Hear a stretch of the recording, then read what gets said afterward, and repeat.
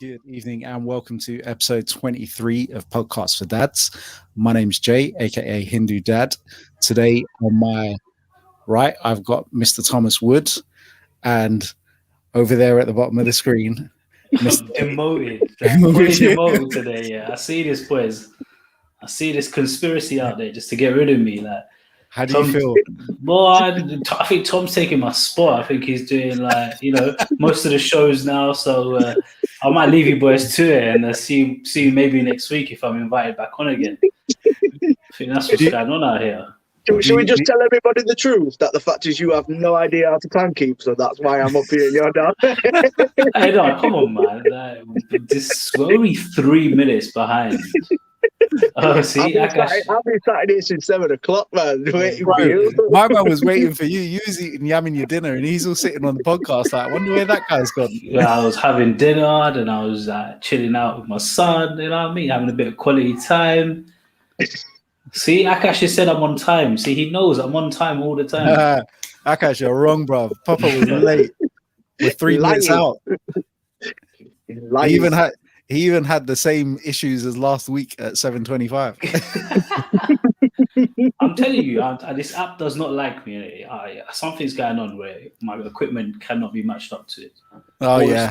Or it's the equipment a bad tradesman always blames his tools, isn't it? Or it's the equipment you told me to buy, which is not doing the job and cutting it. Right? Oh, it sounds perfectly fine to me, bro.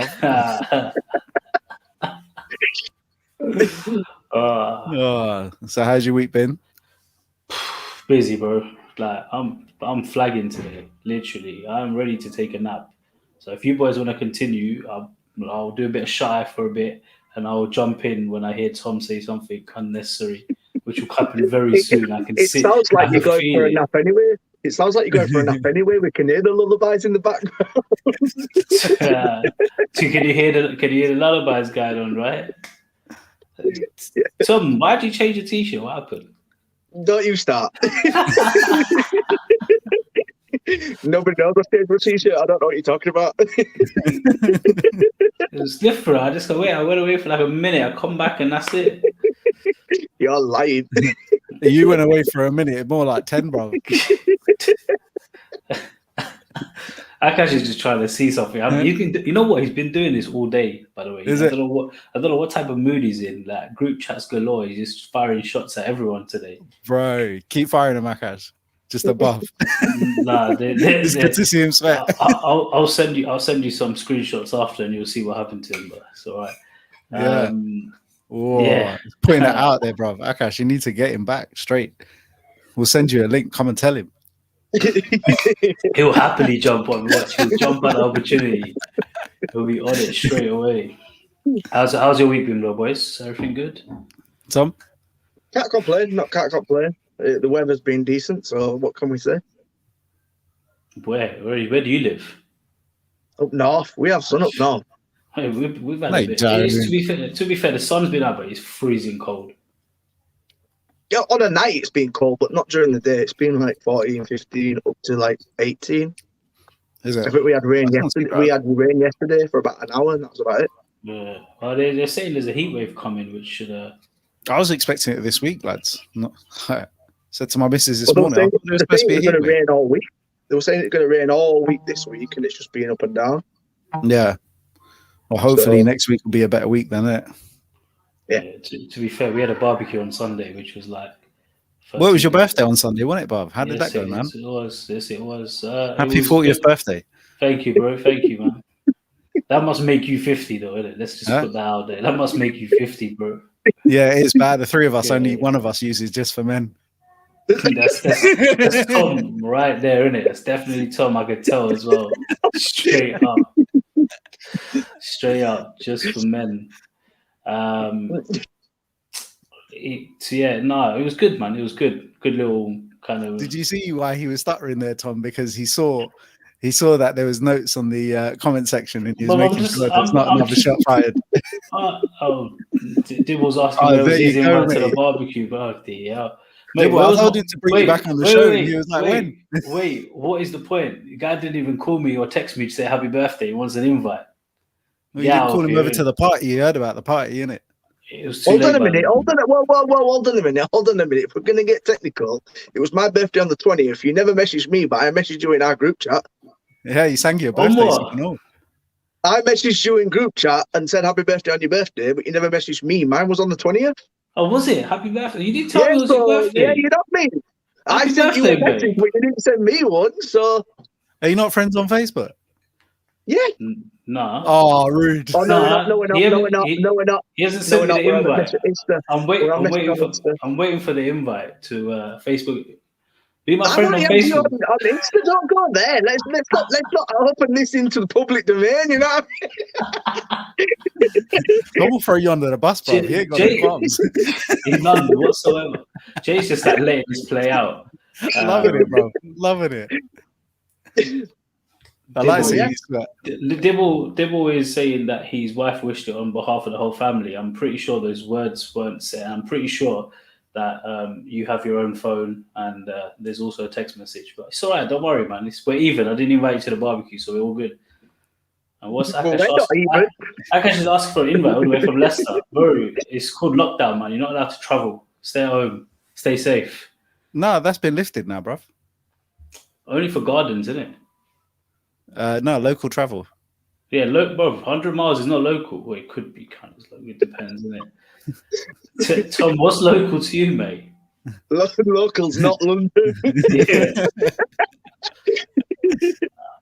Well, I've got a few more weeks to go, man, and we can get these shows live in person instead You of hope. just soon, man. And then we'll get Tom down. Yeah, did it for you first. Yeah, And then you can embarrass him face to face. That'll be a good shout. I think that'll be a good laugh, man. It'd be good to get Definitely. like a bunch of us together that have, or like previous guests, get a bunch of them in a room and then just go at it. Do you know what I mean? It'd be funny. Yeah. No, that'd be a good shout. Like a little debate show. Akash, can you stop talking to yourself, please? And just listen. Stop talking to yourself. Put in random Dib's messages. making sure that we get the rules right. Only two households can meet, yeah? Yeah, currently, yes. We are talking in the near future. Near future. Let's go. Definitely, Mr. Raja. 200 miles. I'm traveling 200 miles to London. Yeah, right now he's banging it off. Yeah, he's got all this free time. Wait until those two kids come along. I was gonna say he's letting man. He's letting have the conversation now, right? Brilliant. So guys, like this week, obviously you saw from my post the other day, we've experienced the loss within the family and the community. I don't really want to go into too much detail of, the hows and whys. But one thing that I do want to do is say that we are supporting a GoFundMe to support the family. And you can read up a bit more about what has happened within the family at that point. And I know that Facebook censor this stuff, so I won't discuss it too much, but I am going to put into the comments section a link to the GoFundMe, which has got all of the details on there that you'll need to read to find out a bit more about what I'm talking about here. But it's something that's it's very much hit me personally. And as much as I didn't expect, and, I've heard of other people who have unfortunately passed away with something to do with COVID. Like, I've got to say this one really, really impacted me personally, and even my wife, and, everyone that I've spoken to that knows what's happened within the family. They've all shared their condolences, their respects, and everyone agrees it's a hardship that you wouldn't want anyone to go through at this time. So if you see the GoFundMe link, click on that link. It's in the comments on our Facebook page, on YouTube, and you can read out a bit more about that as well. But yeah, if you guys take 5 minutes, whether you can donate or not, I appreciate some people aren't in the position. But the one thing that you can do, which doesn't cost a thing, is just share the story so that we can get that a bit further out. But on that note, like it kind of brought me into a bit more of a serious conversation, and we have a lot of banter, we have a lot of like discussions that talk about things that we can do with the kids, around the kids, their education, their future, and so forth. And I think it's about time that we spent a little bit of time where we talk to each other about things that we've been through and things that affect us personally. Do you know what I mean?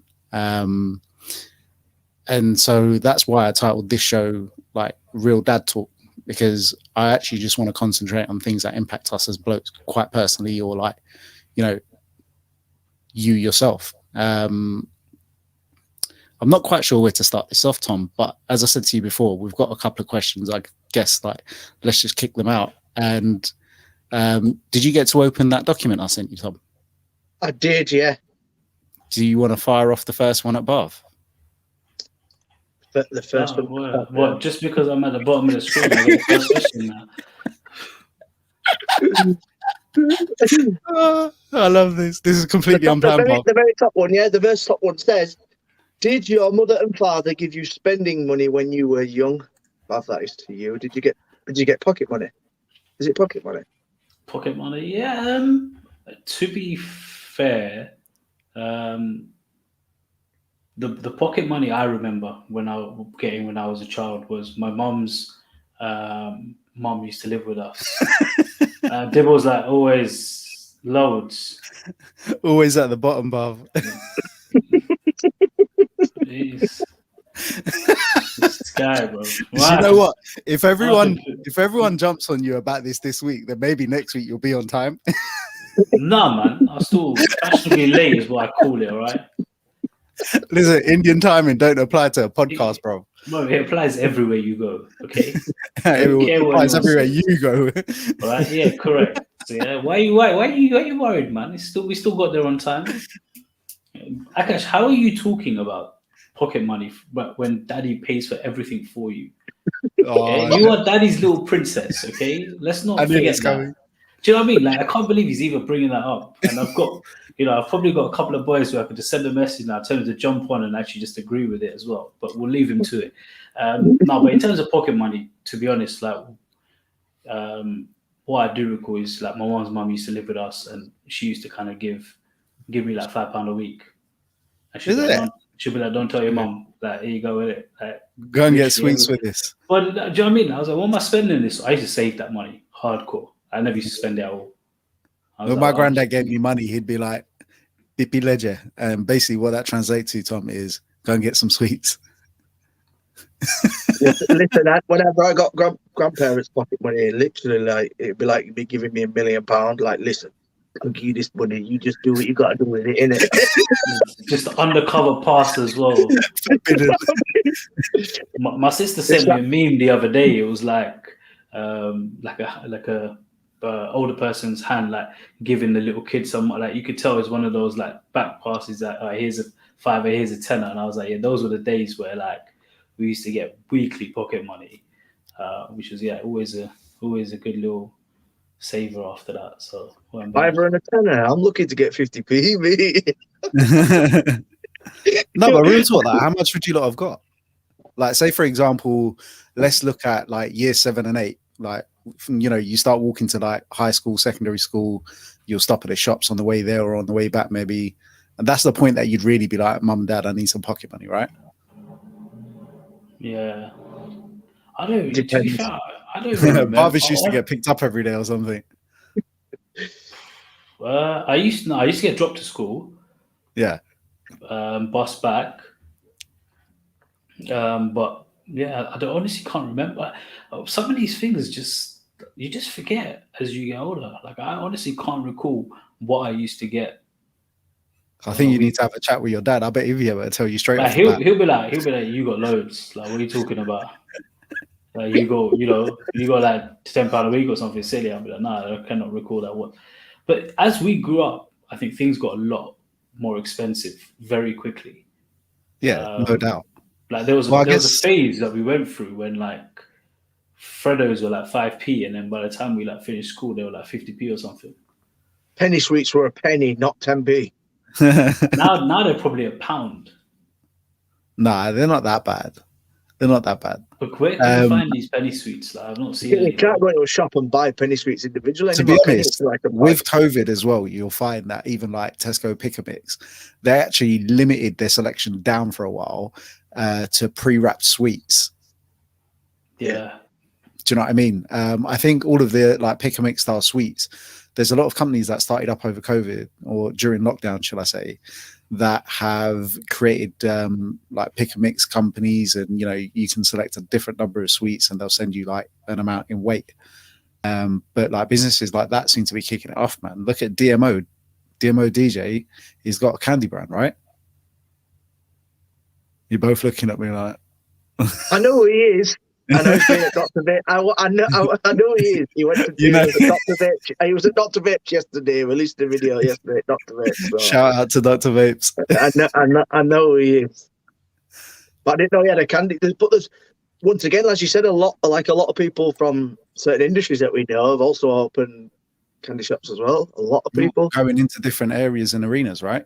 I think lockdown's definitely given a lot of people to explore not just their imagination, but explore like their passion. Do you know what I mean? Like do things that they actually wanted to achieve in life, but didn't have the opportunity or time pre-lockdown.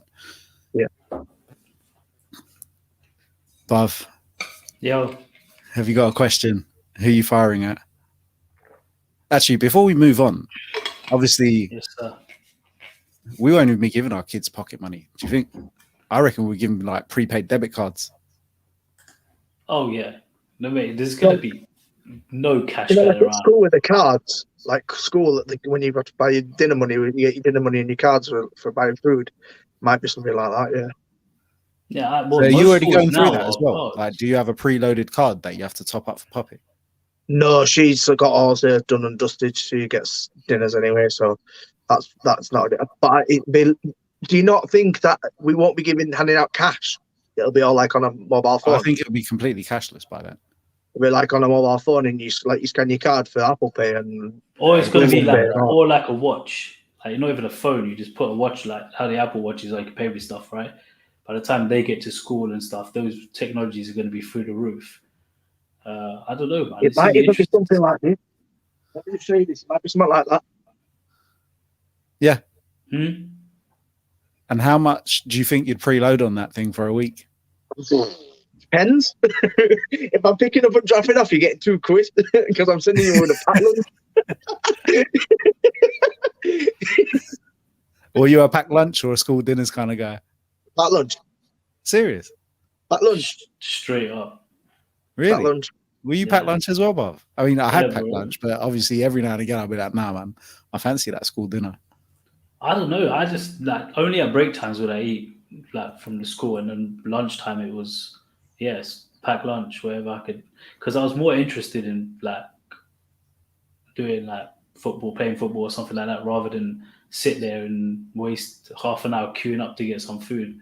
I was like, nah, this is not right. Yeah. Because it was weird. They used to throw our whole school into one canteen at the same time. I'm like, how does this make any sense? Like it was no staggered lunch. The one that confused me when I was a kid is like, as a Hindu, you're not meant to eat beef, but then you go to school and they call a beef burger a hamburger, and you're like, oh yeah, but we eat ham at home, so that should be fine, isn't it? Is that what we used to do at McDonald's as well? Is that what you still do at McDonald's, should I say? I don't know what you're on about. Let me just make a trip to McDonald's. I just want a hamburger. Can we just make a fact that McDonald's is definitely like 0.1% beef? There's more likely a chance to get some ham in that anyway. I don't think it counts. All right then, Beat. Your turn to shoot one out. Well, I had a question. It's gone now. 1 second. Give me 2 seconds. You know, we've asked Tom most of these questions. This is the problem. Yeah, but you can see the ones that you've asked him. Oh, yeah. Also, you're giving away the secrets of the game here, bro. Oh, sorry, man. Okay. No, go first, Jay, and I'll come back to me. Right, okay then. What do you want to do when you retire? Is that a both or me? Are you? I don't think we'll retire. He wants to play Call of Duty. I don't think we'll retire. Really? I don't think our generation will retire or even get a pension. I think that's our generation. Yeah. I actually went on the government website the other day just to have a look at the pension calculator to see what age. we are. Bob's the opposite, bruv. He's all sat there, planned it, worked it out. I need a Mate, pension. I was checking, I'm not man. working. I was checking, man. I was like, what age can I get to this retirement? And And the retirement age was. It's like 69, 70, something like that. And I'm like, me, we can't be working till that age. well, you don't want to be working till that age, innit? That's the thing, right? Like ideal age, by 50, you want to be 45, 50, you want to be in a position where you don't have to work every day, all day. But at the same time, like you said, we're in a generation now where the retirement side of it is a bit of a myth. And, when does retirement come? Like my dad's 62 and he's been retired due to ill health. Yeah. He would happily carry on working if he could, but because he's been retired due to ill health, he can't go back to work. But see, that's that generation. That's their mentality of wanting to work. Whereas if someone gave you £1 million tomorrow morning, you'd be more than happy to put your feet up and not have to go to work. I've got a question for you on that. If someone came over to you and said, I can give you £30 million or I can give you 30 million loyal friends, which one would you choose? So 30 million loyal friends or £30 million? Correct. Oh, well, if each of those friends gave me £1, then I'd be all right. Yeah, I was going to say. What if then 30 million loyal friends give you £5? Yeah, happy days. And then what if you open a shop and you've got 30 million loyal customers? And then you sell them all an ice cream for £1 each. That's another 30 million. Work it out. There you go. A lot of people would say straight away, £30 million. Give me it. Yeah. Money don't mean nothing with you when you've got nobody around you. That's exactly what that means. Yeah, so if you've got a stack of money and you retire and you've got nobody to enjoy that money with, what's the point in retiring? It's like asking the age-old question of if you won the lottery, what would you do with your winnings, isn't it? I tell absolutely nobody and drop a couple bucks around at people's houses I knew and just see you later. I'm off. I'm gone. Yeah, that's all I'll do. If I hit big, there'd be a handful of people that would get enough money just to keep them set for a little while. That could just phone work and be like, I'm off on holiday, unpaid leave. See you later. But you know what you could do as well? If you won the lottery, what you could do is you could pay people hush money. So you could say, here's 20 grand. And for every month for the rest of your life, if you keep your mouth shut and don't tell anybody I've won the lottery, I'll top you up. So rather than giving them a lump sum and saying, here's £1 million, top them up every month. So they don't have to work and they keep your business out of the public eye. When am I getting my hush money, Tom? When I win the lottery. The difficult thing about that though is I don't play the lottery, so yeah, same here. Do you play the lottery, Bob? Nah, I used to, but not anymore. Not even on the big rollovers. Nah. If I'm walking by a shop and it's like 140 million, I might just go and buy one lucky dip or something just for the fun of it.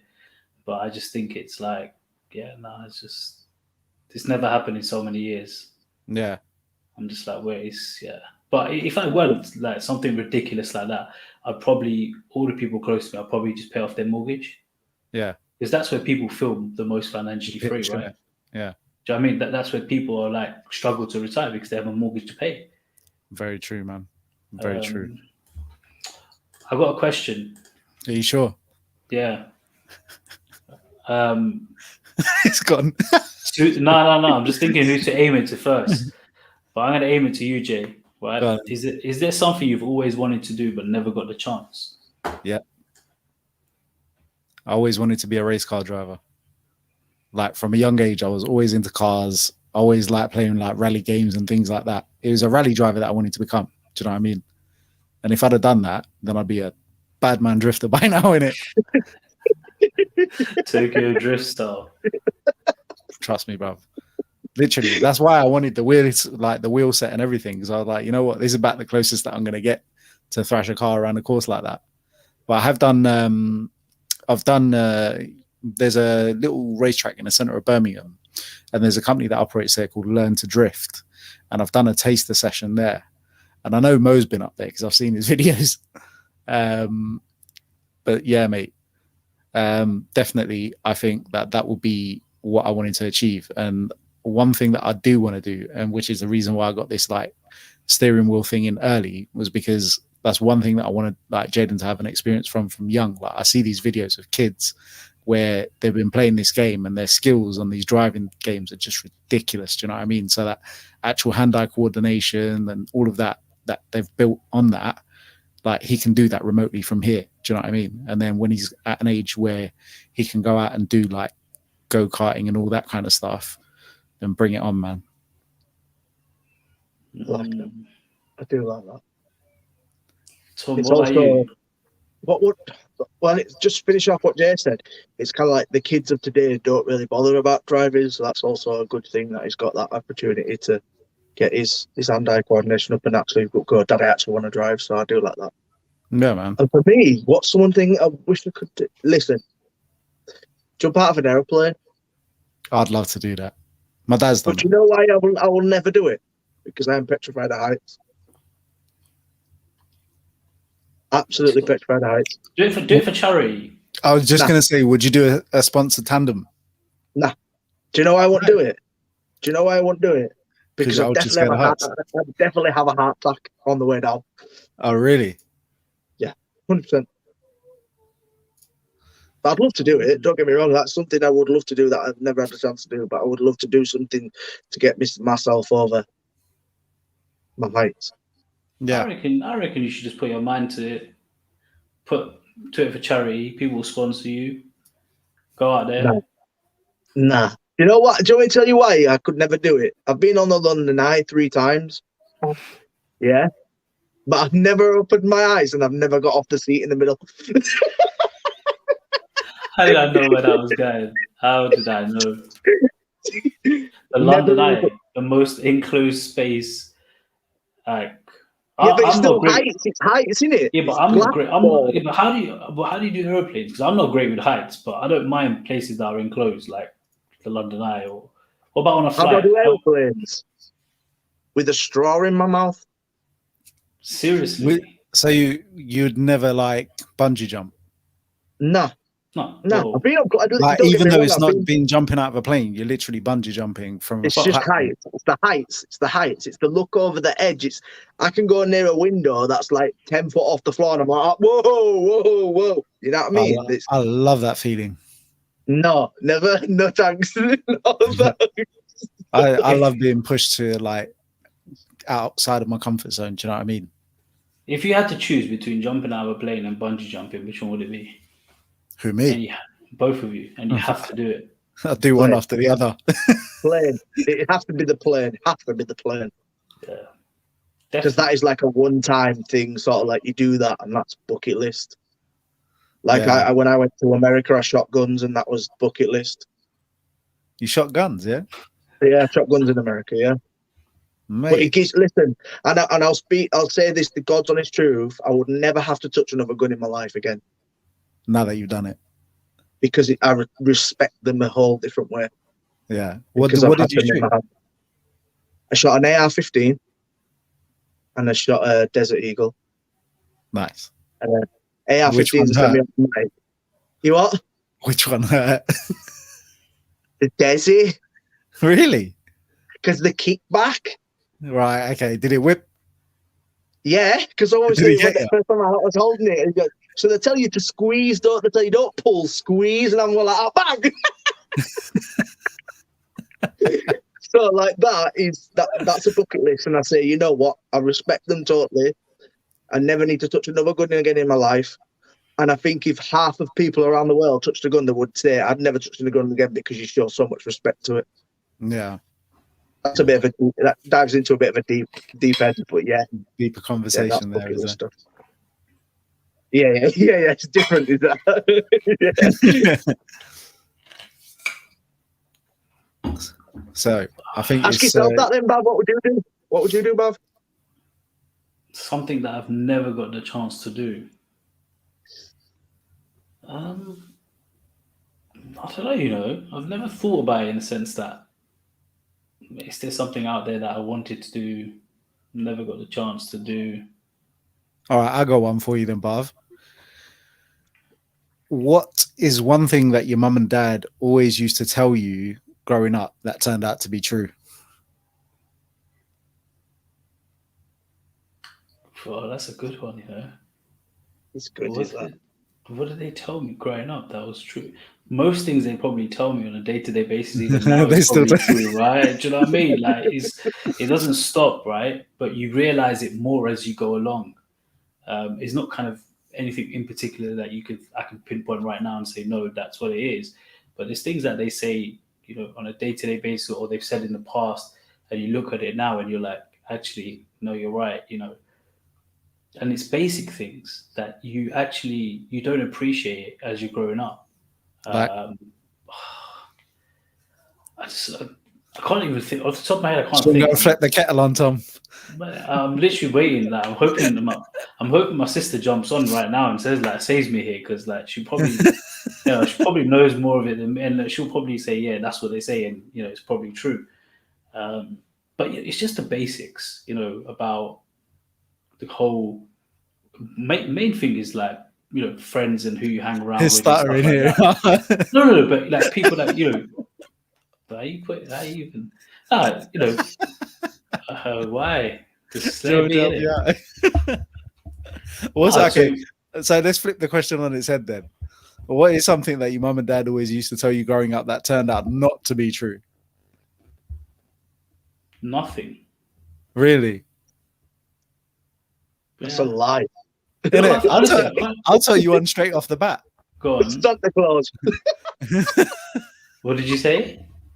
Santa Claus. The tooth fairy. No, what do you mean? They all exist. Our kids are going to be watching this. Can you not spoil it for them, right? They're going to be watching this, right? Next year, when they can understand exactly what's going on, they're going to sit down and watch all these episodes back, and they're going to Bro, be like, your kid is not going to Again, sit here and watch you No, talking he's about not. this and start. He's not even gonna watch it. He's gonna be like, nah, dad, I'm watching something else. Like, Like Choco Melon. Yeah, that's it. Dad, Chelsea are playing. No, who wants to watch Chelsea play? Come on now, let's. I can tell you one that your parents told you that was true. What's that? School is the best years of your life. Do you think? Yeah. I No don't know, man. responsibilities. Hang around with your friends all day. It's school is the life, and that's the first thing when Poppy totally understands me when I say school, and I'll say, "Listen, if you've got to like school because it is the best time of your life, and when you're 25, paying bills and trying to do whatever you've got to do to survive, you're gonna be like, I wish you could go back to school for one day just to enjoy it." And school. So is if you was to give her, if you was to give Poppy any advice at this age, for say at least for the first 20 years of her life, maybe even 30 years of her life, yeah, what would it be?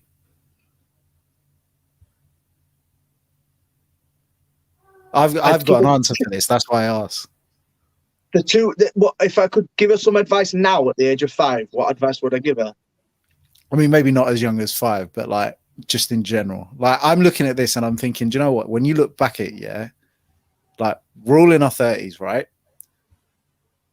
Where the hell did the 20s go? Like I remember my teens, I remember my late teens, but my 20s just seems to have gone like that. Time flies, man. Do you know what I mean? Yeah, But I agree with you. that's I the agree with age you. where you're, in my opinion, that's the age where you're finding your feet, in a Oh, yeah. sense of Finding who you are. finding who Yeah. you are, finding the right job for you, finding the right, and in your 20s is a time when most people, up until their early 30s, are switching jobs quite consistently because they're trying to find that perfect role for them. And yeah, enjoy your, but it's probably earlier than that, right? Keeping, say to the kids to actually enjoy up until the point where you probably get to university. Because that's when things get Well, a you bit want them more to real. stop enjoying at university when life begins. No, but in terms of actually things get real then, because that's the first time you're actually going into some serious debt, right? That is the Yeah. first. The minute you step into university, especially now, I think what is it, 9 grand a year, right? So by the time Yeah, you've but do come you think out, people still appreciate it though, Bath? Even though you're putting yourself in that debt, do you think people, well, teenagers, because they're teenagers, they're like 19-year-old, do you think they still understand that you're going to be paying this off for the rest of your life? Yeah, but I think the rate at which they pay it off is so nominal that, like, do you guys think about it? no, I don't. but the difference was, what were your tuition fees when you were at university? I never went to uni because I enjoyed money way too much, so I never went to uni. So for me, it was like I was the last year where It was we a got through it grand. like just over a grand. Yeah. Yeah, right. So you finished university. Did you live out? No, I stayed with family. So you had no accommodation costs, and your only cost was going out, And socializing, myself. whatever. But you also probably you had a job, right, while you were at university. Bro, I used to have like 2 to 3 jobs. But you Those- managed, yeah. So you were probably funding that all the way through. Most people As in, don't I was get funding jobs. myself. Yeah. Yeah, that's one That's thing, right? smart, though. That's So you smart. no, of course, Yeah, hundred but percent. No, I'm I'd not mocking it say at all. like, you know what, like university for me was an experience. Like I did a HND, then I topped up to a degree and whatnot, right? I've always said like I've never been the smartest person on paper, but give me something to do with my hands now, like, we'll get there. Do you know what I mean?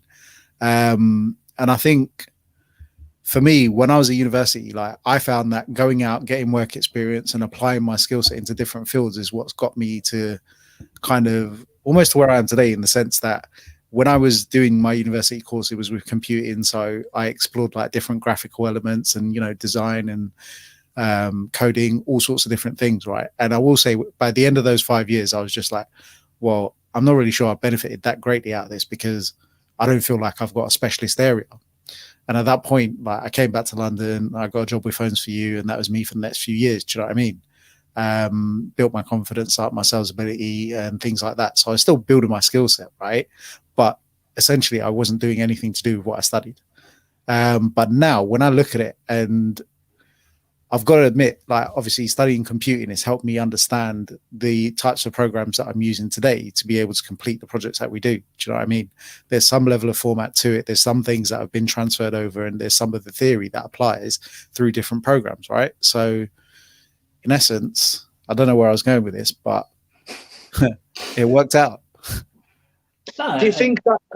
Sorry, Bob. Do you think Go that on. 99% of people don't go into fields what they've studied at university, Yeah. and Oh, university 100%. seems to be the crack? It's just literally the crack, isn't it? Yeah, like when I look back at it, I spent more time working while I was at university than I did on university. There was a point at which I had like 3 jobs. I was on university placement, I had an evening job and a weekend job. Do you know what I mean? And for me, what I got out of it was life experience. Yeah.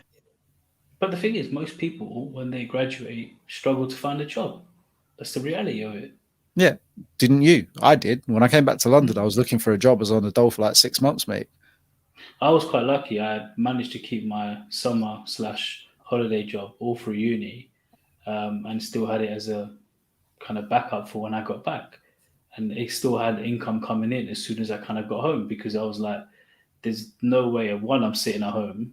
And without, you still want to live that. You've just come out of that lifestyle, 3 years of, doing whatever, partying, etc., going out.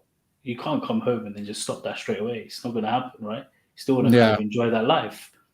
So you got to have that balance. But, most people go to university, come out with a ridiculous debt. And now the interest rates are even higher for these guys paying it off. And they're spending years and much, much more money than they actually took out in the first place. Yeah, but the thing is, like, I think with the amount of deductions that they take over the period of time that they do, like, again, as I say, it's nominal. It's not going to really impact them because they've got to be earning a certain level of wage. They've got to earn, a certain threshold. And But the interest, all they're doing is paying interest. That capital is still there. yeah, I know. But the fact is, like, there's so many people that I've known that have never even paid it off. Yeah, but they write it off after a certain while for people who haven't earned X amount of money. Who we And have this is addicted where I on. was getting Yeah. to. So, you know, like this, if it continues in that cycle, then it's just continue. It's going to continue in that cycle. Do you know what I mean? Yeah, the So, debt's got to go somewhere. But what I take away from this conversation and this talk about the university thing is what you guys were saying about working and being able to support yourself. Going back to what we were saying about what advice we give to our children, that is amazing. What you guys were doing, you was working as hard as you could. You had money coming in. You doing university, and you were saying at the end of the day, I still need to survive. It's not just what I'm getting in and what I can get out of this. It's what I can put back in.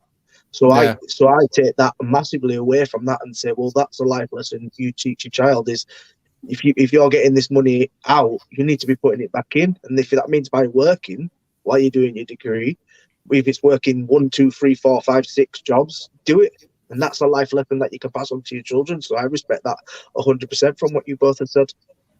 yeah, So, man. Like, I used to have a great job, man. I used to work for Learn Direct, or used to be in their call center in Leicester. First line, like, you know, once you get into us, we'd be the first point of contact. Then we'd assess you, put your details on the system, and then pass you on to the next level of care. But it was a great experience. The pay was fantastic. It was like 4 hours a night. I used to get like £700-800 a month just from that, like 4 hours a night. Do you know what I mean? At that point, you can't complain, bro. What more do you need at that age, right? Another grand. But but then, like true. what you were saying, Bav, like you were saying, Bav, though, when you come back and you was already prepared to, when you come back from uni, you already had the job lined up. That's, do you know what I mean? I was says fortunate, to your man. children. Yeah, like prepared. there's very few people that have that. Yeah, I was so fortunate in the sense that I had like worked all through every summer, every Christmas, every Easter. I'd come back. Where would you and I work, bro? IKEA. Okay. So I'll come back literally all over summer, go in every day. Some days working 11-hour days, whatever, because I had nothing else to do. Right? I was like, if I'm not doing that, I'm going out. And if I'm going out, I'm spending money. So let's try and make some money because I'm actually going to need it when I go back to uni, right? Yep. And that's all it was. It was literally come back, summer, Christmas, Easter, and then cycle again of when I finished uni, it was there ready to carry on and work there for a little while until I found what I needed to find in terms of a job. So it was, yeah, it's a, but there's one thing I would always say is the experience that you get at university, the whole, not even just the learning experience, but the whole kind of stay on your 2 feet, living out on your own, and then, you know, even if my child was to go to university in London, I would probably still say actually first year, live out. Please stay at home. I don't want you at home for the first year. Second, third year, no problem. Save the money. Don't need to live out because you've had Once that you've learned how experience. to digest your alcohol and treat yourself, then you can come back home and do it. But also learn the basics, right? Like there's a few basic skills that you learn. Whether you Yeah. utilize them later on or not, fine, it's different. But I think it's still important for kids to live out. I think it is really important for them to live out. And sometimes I would even go as far as to say that it's beneficial for them not to live with family either, like for that year. More so because they're experiencing like their first proper chance of like freedom. Secondly, they're starting their adult life and we're giving them ownership of attending lessons or not attending. And, you know, that all is dependent on them and their own ability to get there, right? Furthermore, like they've come to an age where they've got to start managing their own finances. And secondly, like this is that opportunity for them to learn about cooking and things like that. Do you know what I mean? Like if you put them in a different environment where that opportunity is taken away from them, then it's just going to be reliant on someone else. And, you know, for me, I stayed with my grandparents, right? And it was only when they would go on holiday to India for like 3 months at a time that I was forced to cook for myself on a daily basis. Do you know what I mean? Yeah, but is that not down to your grandparents? I know they're your grandparents, and I know they love you and they want to look after you. Mate, but should they do you not think say, my gran do would let me in yourself? the kitchen to do anything like that? Bro, That's what I mean. Like, my nan, yeah, like literally, she would let my granddad eat first, and he would have literally chapatis that had just come off the stove. Like it went from the stove to his plate, fresh with butter, still melted and steaming. Do you know what I mean? So when I was at university, there was evenings when I'd be at home, when I was at home at dinner time, where I'd get that, and it was great. Do you know what I mean? I was a You've little been bit spoiled spoiled as by well. Do you get that now? No, very rarely, very rarely. That's you being spoiled. That's the thing know. for me. I get it Is when I I'm go to very my much- mother-in-law sometimes. I'm much in a catch-22 with that one, boys. I really am, because is 19 years old when you go to university really an adult? Are you really at the mindset of an adult at 19? You're not, no, but also by keeping you in an environment where you're still with your family or you're still in the family home, it doesn't give you that opportunity to go out and learn about yourself and, find out things that you want to pursue. Do you know what I mean? Like, say, for example, in the easiest way to describe it, right, is that if I was in halls and I had to learn to cook and fend for myself, like my cooking abilities would be different right now. No, because you'd be on takeaway. We know the truth. We know the truth. We takeaways every night, and that's the way. You wouldn't be able to afford it in first year of uni. True. Do you know what I mean? Do you not think kids nowadays are a lot more mature than when we were that age, or people our age growing up? I think kids have been forced to grow up quick. It's not even that. Social media does that to the kids. But that's what I was going to say. Is it the influence of social media, YouTube, what's on TV, etc., that's actually helping these kids mature up and grow up a lot quicker? So Mate, when we say us at 18, 19, at 5-year-old like mini broadcast presenters like sitting on Instagram and TikTok right now. Do you know what I mean? That's my point, right? And at the age of 5, what were we doing? Nothing. Not learning colours. Not an iPad or a phone or a laptop. We were playing games with conkers or stones in the street or marbles or something. But these kids might look older, but they ain't older there. That's the issue. A lot of kids look a lot more older than they are up there. Yeah. So they're made to grow up looks-wise and to be able to fit in certain things and be part of social media, but they're still young up here. And that's the bit that scares me. Mm-hmm. Because they aren't mature in the head. I want to flip the script now. And pull it back to us as parents. And what is your biggest fear as a parent, Tom?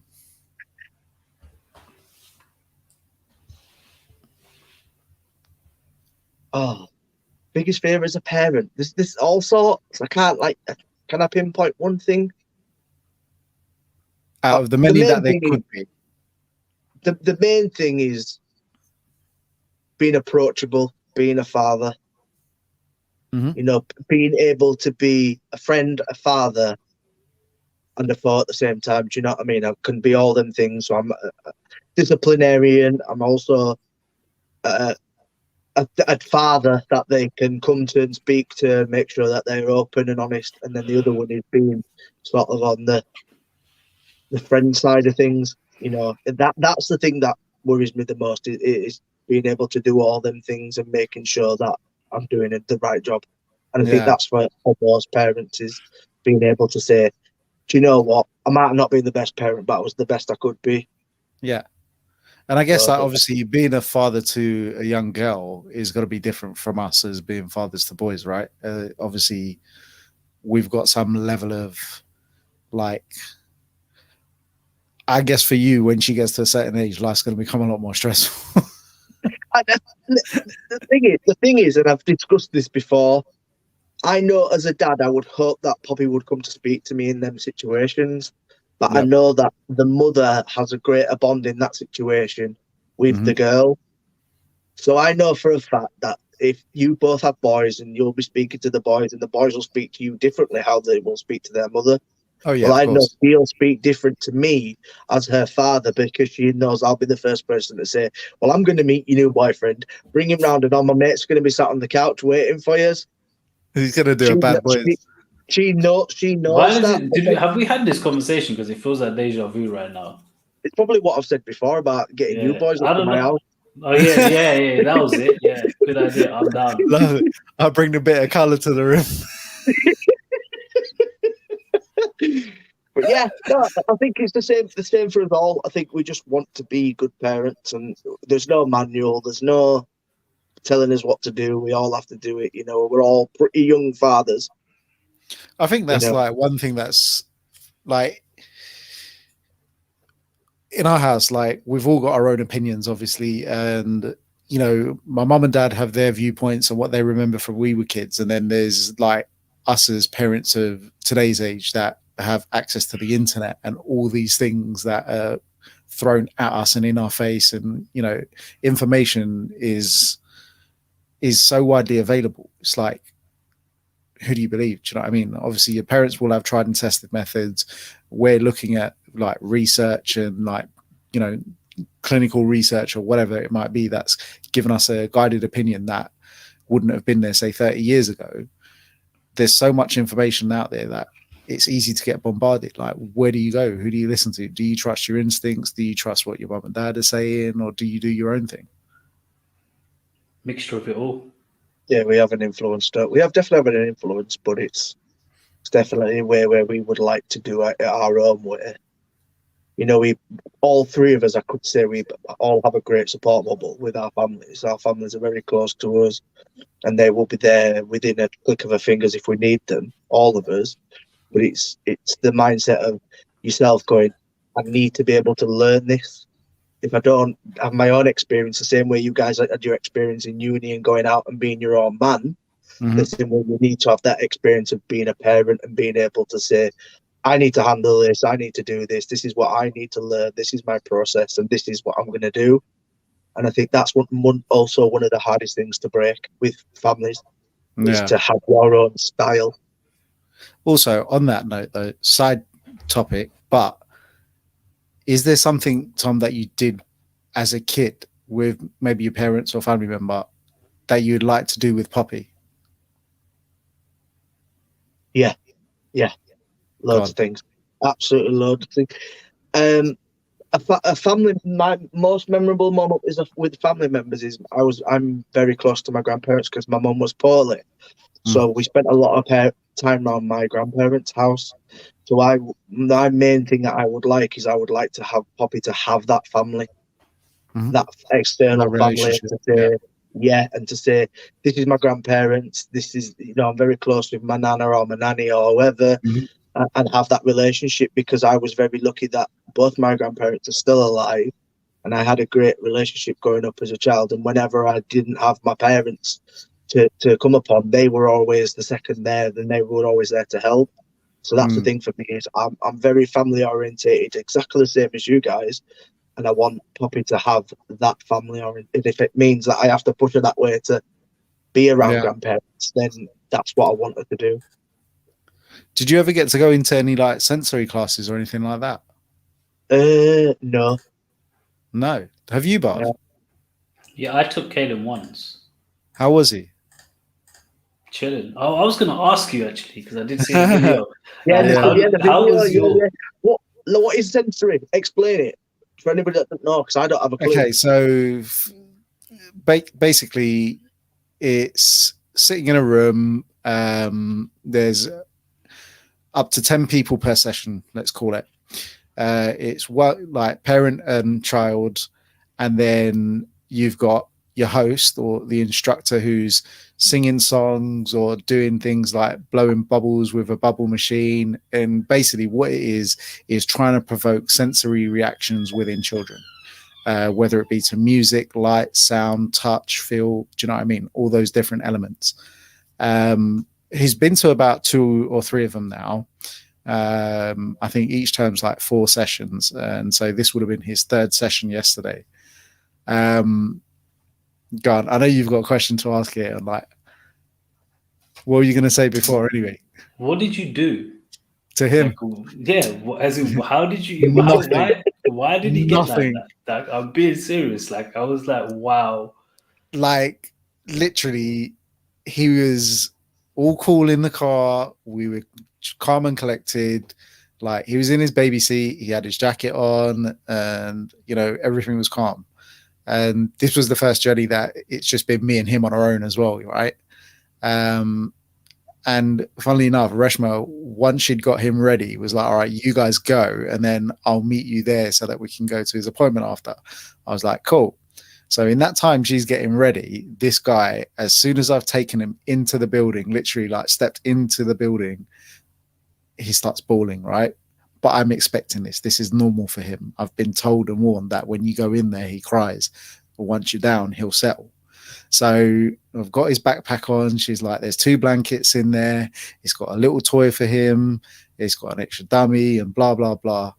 Mate, instead of taking him up in the car seat, thinking that it's going to be small on space, I took him out of the car seat, and then I've got him in my hands, and then we get in there, and Reshma was like, put the blanket down on the floor and then put him on the blanket, and then there's a chair to the side, and I'm like, okay, so I need to put him on the chair to get the blanket out, and then put the blanket down, and then put him on it. In the meantime, I've got to get him out of his jacket, but he's still bawling his eyes out, and the dummy keeps falling out of his mouth. And now I'm sweating because I've got a jacket on, I've got my mask on, my glasses are slipping off my face.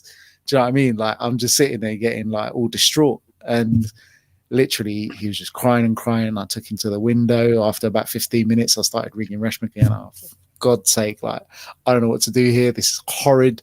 This is an extraordinarily horrid experience. There's about 10 other adults here probably laughing their heads off at me. And probably not, because they've all got kids, right? So they know that if they were in my shoes, they'd be sitting there sweating just as hard.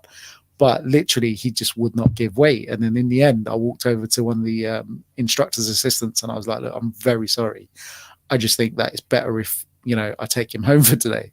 And she was like, no, that's fine. Like, call back later. Maybe we can bring him back in tomorrow and whatnot. But literally, as soon as we walked outside, he stopped crying.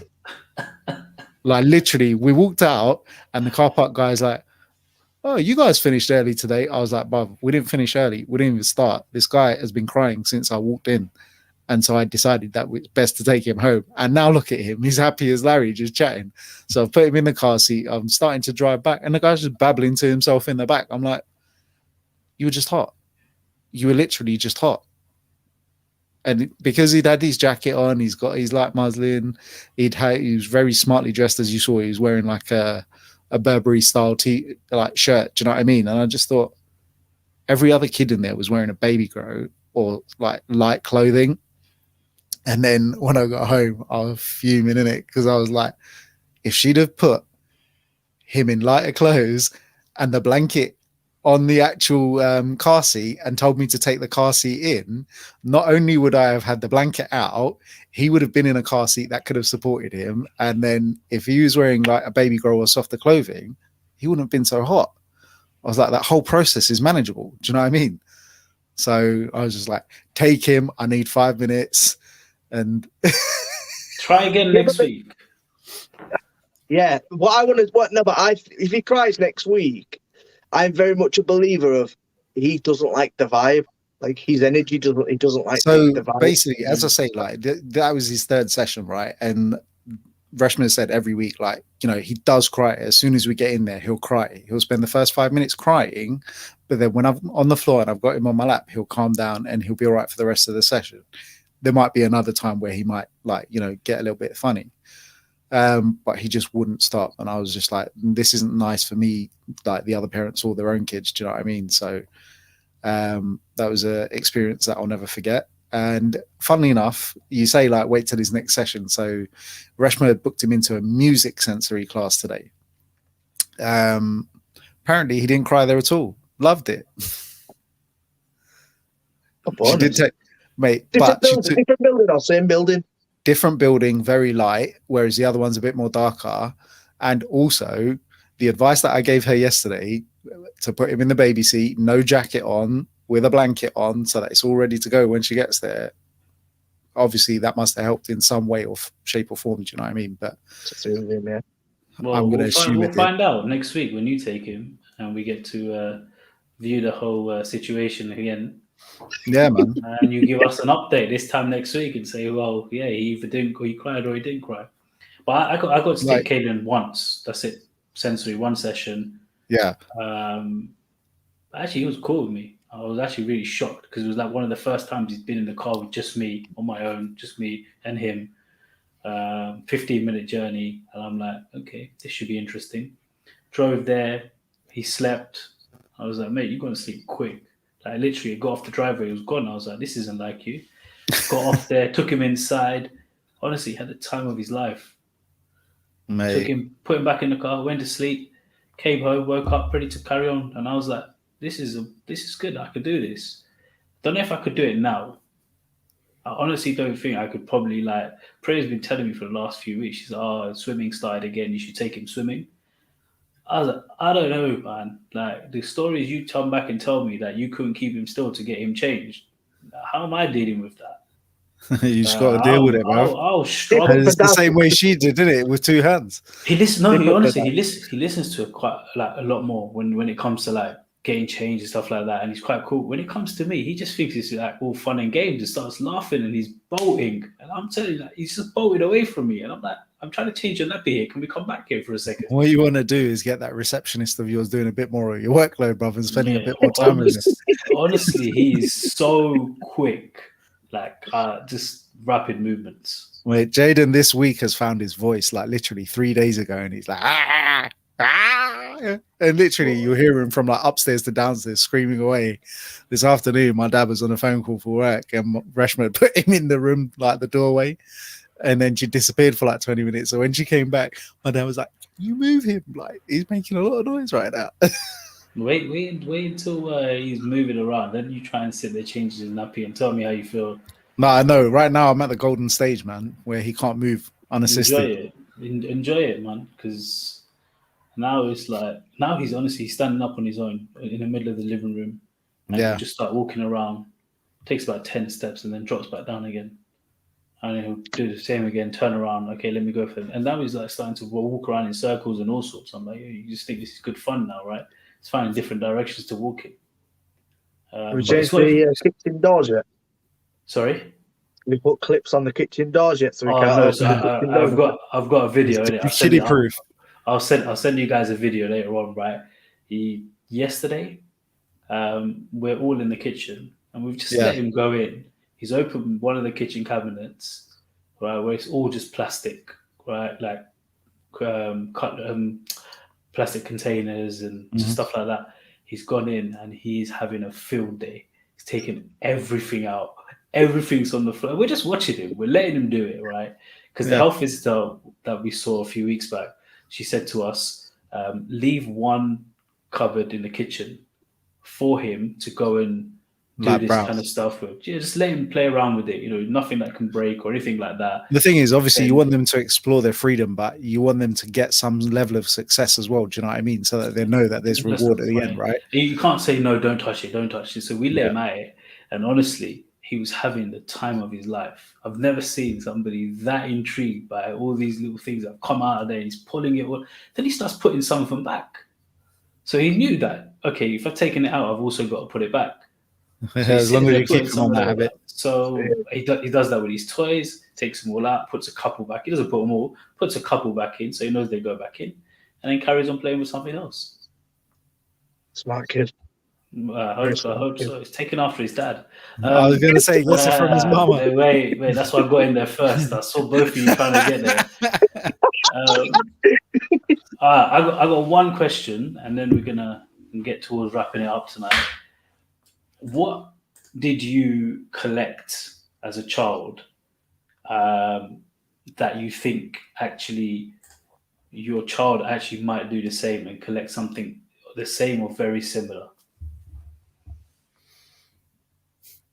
Well, I was going to say, Tom, you've got something over there to show us. And if I thought he was putting his hand up to talk. And if I swivel a little bit more. Bro, the Batman there. Yep. 4 foot. I was going to say, is that from the ground up? Floor. That's from the floor, yeah. Mate. You got some good collectibles there. I love stuff like I'm very intrigued in reading. I like reading books, comics, the alternate Earths. Yeah. So that's. Were you ever a Beano fan? Nah. No. Watching Dennis the Menace was all right, but not reading the books. That's sort of like 70s. That's way before our time was. What about no, way before our time, Asterix or Astrid, whichever it was? Nah. You don't remember that? No. Is that the dog? No, that's You're you're thinking about Spot Garfield or the dog. something. Spot the dog. Mate, now Spot. you're showing how old we are. But Spot was sick. Yeah, but Spot was sick. Remember Rosie and Jim? I remember Rosie and Jim. I remember Super Ted, Banana Man. Bob doesn't know about Super Ted. No, he's No, I was drawing a gonna blank. say, bro, nah, man, I'm not there. But you guys are a bit. Well, Captain you are, Planet. What do you mean? We're a No, little bit older. Jay's of a different like generation, bro. He's the generation before us, isn't it? Literally, you might as well say that. Pretty much. What I do you don't mean? think so, Is it bro. We're all 80s? millennials. We're all No, 80s babies. how? Yeah, but he's early 80s. Like, What, 85 is earlies. I might as well be 90s, innit? Because I'm 89, so like I'm pretty much. I'm 90s. 88. Yeah, that's what I'm saying. He's way too early, bro. Those No, 3 years. it's not. Nah, you say that. Those 3-4 years. That's Bro, the I should show generation. you that you're lucky to fall That's within my that's generation, yeah? I'm telling you, there's a massive generation. Anyway, that's another day's topic, in the generation gap. You're lucky to between fall us. within my millennial Like, generation, yeah, like, because of the let's- fact that we've given you guys some level of stability, education. Are you my teacher? Huh? Are you my teacher? Are you giving me Yeah, bro. Are you hearing this?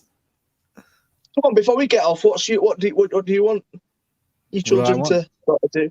Collectibles or something that you're interested in that you would like to pass Wait, on? before we go there, I don't know if it's something that I want to pass on, but does anyone remember Tazos? Yeah, I got them. Still. Oh, is it? Oh, Still. not that What old a- no more, are we? What a Nah. Tazo? Explain what a Tazo is again. So you used to get them in Walker's Crisp, I think. And then you could get a whole folder and you collect all these different things. And Like it was basically a circle and there was like Pogs. little cutouts. Was it Pogs? Pogs, the circle thing. You talking about No, Pogs? see, I think there were two different things. Yeah, but I think very they're two different similar, things, yeah. but very similar. Like Pogs, I still got them. Pokemon cards, got Still got loads of Pokemon them. cards. Yeah, I want to take them somewhere, get them valued in that because I heard they're worth a bit of money. Yes, they are. Yeah, so I might want to, have a look with it. I don't know if I've got anything decent as well, right? But it's worth having. Got a full booklet of them as well. Like, I want to see if that's worth something. Well, I remember when I was a kid, for one of my birthdays, my dad bought me Tracy Island from the Thunderbirds. And then I played with it for a bit and he was like, right, I'm going to put this away. When you're older, it's going to be worth a lot of money. Have you still got it? Yeah. Yeah, that's what I'm saying. I don't know if it's worth any money, though. But you shouldn't have said you played with it now, you know what I mean? You should have just kept Huh? that bit quiet. I'm meant to play with these toys. These toys are meant to be kept in a box. Well, depending on how bored we've made people on this show, it just depends on how much I'm going to get it seen, innit? So it can't really matter. Yeah. It's also very. But I think cars is the main thing for me. Like, Yeah, man. Cars collected loads, still got them. Even now, my mom's like, "Yeah, you're gonna let Kaylin play with them?" Nah. This is, bruv, we've got a whole bag full of them that my parents have put in the garage. They're like, either you're going to give them to the kid or they're getting gone.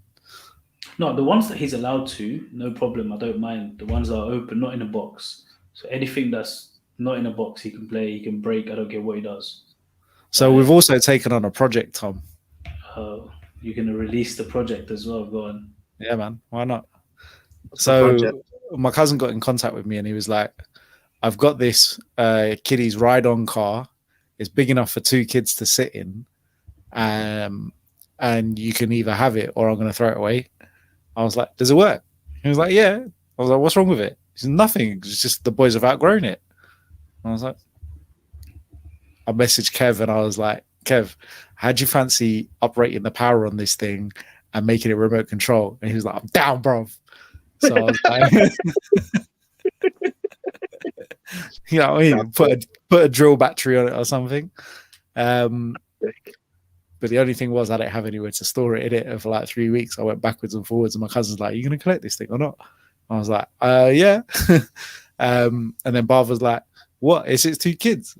What? I was going to buy one of these. Let's get it. I was like, it's free. Yeah, but I need someone to store it in it. He was like, I'll store it. I was like, great.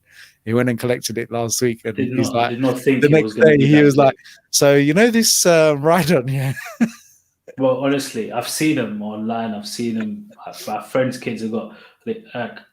Honestly, this thing was huge, and I'm like, I'd put all my seats down in the car, and just about still fitting there. Wow. I was like, this is massive, and it's it's not even that heavy. It's just awkward to lift, so you need two people to maneuver it around. But it's what I want to see what it drives like, because it's meant to have a bit of kick to it as well. So It's you two adapting it so you can get in it.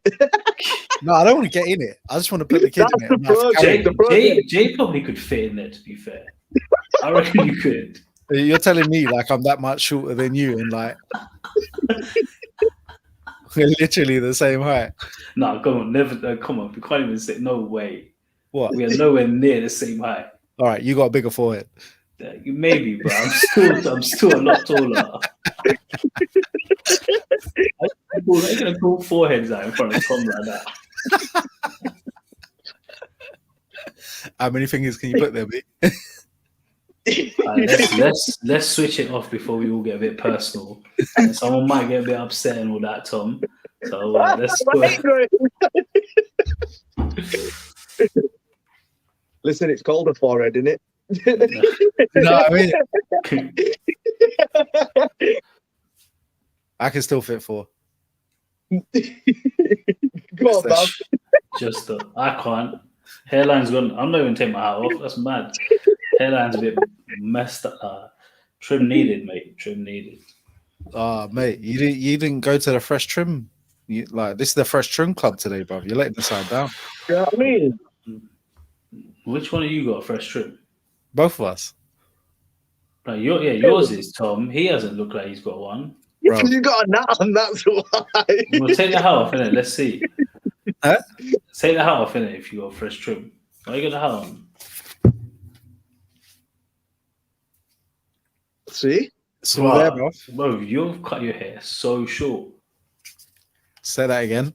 You've cut your hair so short. Yeah, Like, man. you competition with Tom out here. Nah.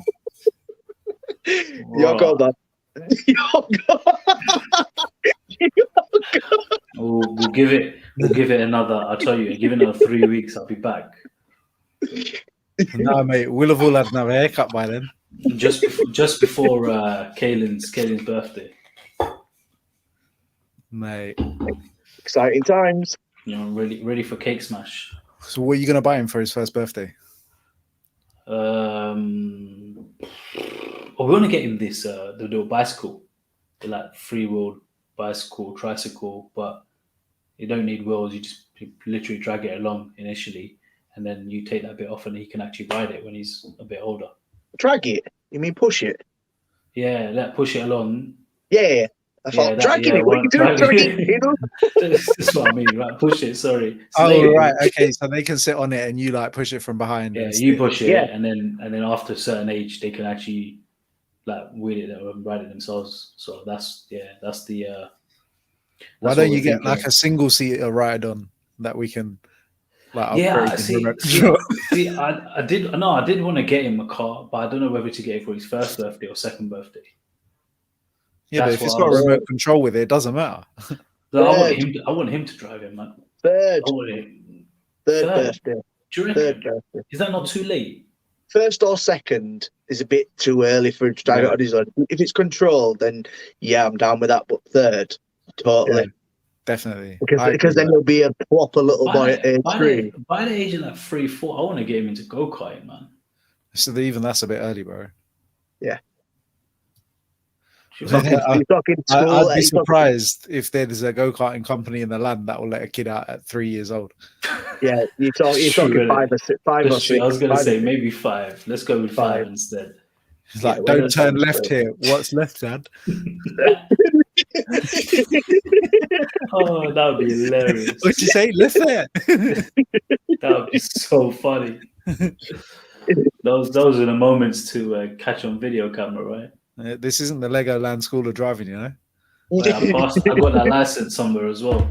Actually, that is one thing that I do want to do with my kid. Legoland, just for that driver's license. That's one memory in life that I'll never forget. Yeah, 100%. We've done CBBS and Thomasland, and yeah, they're amazing. Well, when we were kids, that weren't around, did it? So never had that experience. I know a couple of people that, family-wise, have been with the kids, but it's like Peppa Pig Land, isn't it? It's also like memories like going to the beach and going into the 2p machines and stuff like that. That's Do you think they serve hot dogs at Peppa Pigland? probably making sandwiches. This is wrong. Probably. Well, we just went from 2p machines To to make hot a dogs at sandwich. Peppa Pig. Yeah, but it's like, can you get a burger at the farm? Yeah. Do you know what I You mean? can. You probably can. No, you can. It's fresh, isn't it? Produce. Fresh off the farm. But like How you Peppa Pig, doing? man, do you sell hot dogs? If you know the answer, When you're let us on know in the comments. Just When you read them signs on the side of the on the side of country roads and it says lamb, £20 bag, it's definitely come off there, lamb. It's still barring before you even get to collect. Do you know what I mean? All right, So, boys. Bob, any more cool. questions from you? I'm calling it a night. I think you've got another 15 minutes in you, bro. So you see what I'm about to press is this button on the top right. It's nice seeing you all. I'm gonna call it a night. We went from 1 hour to 1 hour 16 now. So I think we No, should be call it serious, a night. Bob. You said you were leaving after 30 minutes. We dragged it over an hour now. I think we've hit a goal, Tom. Yeah, We have 30, definitely 30 minutes was wishful thinking. 45 minutes was okay, maybe.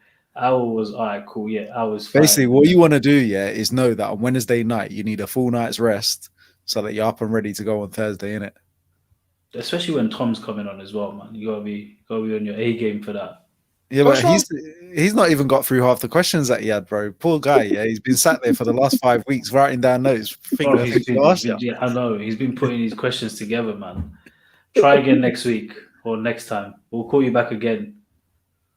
get me back on whenever. I always enjoy coming on with you. To be fair, next time we have you on might actually be when we have a show in person. So yeah, and it'll definitely be a long episode. We'll just go for that 3-4 hours, and that's It's not going to be live. It's going to be recorded. Yeah, I know. That's why I'm saying no, because I'd have to cut that down myself, bro. I can't even palm that. Sorry, innit? Do some work for once, innit? We're just going to sit down having a conversation. If you can't cut that out, what can we do? Mate, I'm going to teach you how to start editing, bro. Put you to work. Who, Tom? No, you. Tom probably knows how to do it. You know, we should ask him to help us out, man. Instead of, bro, he spends 3 hours a day Call of Duty, right? My connection. 3 hours a day Call of Duty. If he spends like an hour a day helping us out, yeah, Tom, man, come on, man. You've come on our show so many times. It's the least you can do. My connection's going. I don't know what he's talking about.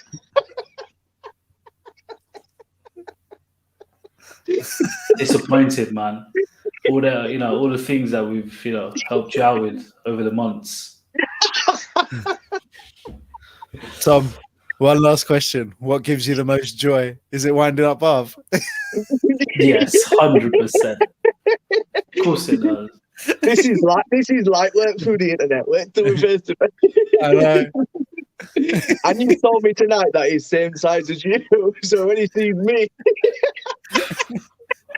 and he goes, "Whoa!" Are you taller than Jay? They don't call him Big Tom for nothing, you know. 6 foot tall, 6 foot wide, bro. As much as he's almost lost the right to call himself Big Tom nowadays, he's still Big Tom. Yeah, 6 foot tall, 6 foot wide. That's me. You'll see. He thinks you're joking. Sounds like he's going to be 5'4" and look like a little meatball in it. You're going to give him a hug and his head will be on your titty, bro. Bro, I honestly think you like, I don't know why, but I think Jay thinks he's like really tall. Really, honestly, I'm not. I'm talking from experience. Oh, that's 100% talking from experience. 100%. Bro, you've not had a real hug unless you've had a big hug. That's Jay's wife. She's been picked up and twirled around and everything. But I've hugged this guy in front of 4,000 people on a stage, man. All right, boys. on the lightest note that we are leaving on, guys, I want to thank you again very much for your time. I know this has kind of been a bit more of just a blowout and a catch up than a topical featured show, but I think we've all had a week where we needed a bit of cheering up and just a bit of a blowout, really. Do you know what I mean? So I thank you all very much for your time. The one last thing that I do want to say is, again, I'm going to put the link to the GoFundMe where you can find out more information about the cause that we're supporting this week. And if you cannot afford to make a donation, we completely appreciate and understand. But what I will ask you to do is share it so that we can get this message further. Anything else from you, gents? No. Thank you so much, and make sure everybody can share that the GoFundMe. No problem. And I guess the only thing left to say is don't forget to like, share, and subscribe to our channel at HinduDad, where we broadcast podcasts for dads. That's it for this week. See you all next week. Have a good night.